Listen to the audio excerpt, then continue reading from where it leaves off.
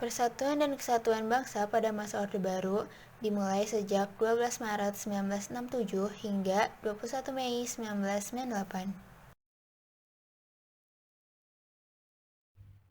Pada masa Orde Baru, sistem pemerintahan tetap berdasarkan Undang-Undang Dasar Negara Republik Indonesia tahun 1945, yaitu sistem presidensial.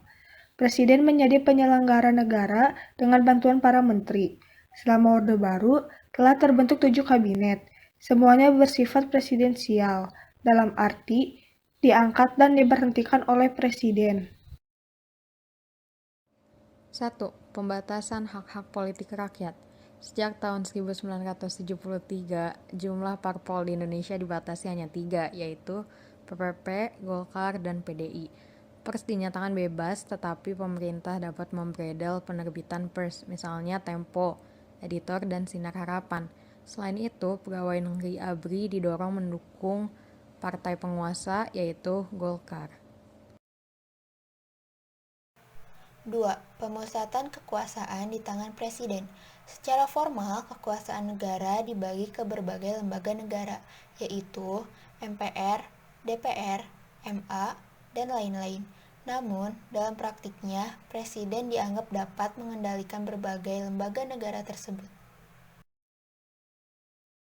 3. Korupsi, kolusi, dan nepotisme. Kekuasaan yang terpusat dan nyaris tak terkontrol membuat merebaknya korupsi, kolusi, dan nepotisme, atau yang biasa disebut dengan KKN. Keadaan ini membawa rakyat pada kesengsaraan, terutama yang termasuk ekonomi menengah ke bawah.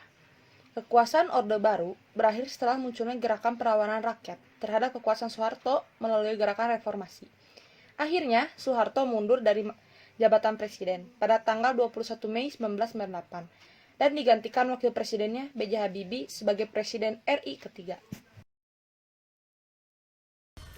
Era Orde Baru. Nama Kabinet Pembangunan 1. Awal masa 8 Juni 1968 hingga 28 Maret 1973. Pembangunan 2, 28 Maret 1973 hingga Maret 1978. Pembangunan 3, 29 Maret 1978 hingga 1983. Pembangunan 4, 29 Maret 1983 hingga 1988. Pembangunan 5, 23 Maret 1988 hingga 1993. Pembangunan 5, 17 Maret 1993 hingga Maret 1998. Pembangunan 7, 14 Maret 1998 hingga 22 Mei 1998. Era Orde Baru ini dipimpin oleh Soeharto dengan masa jabatannya sebagai seorang presiden.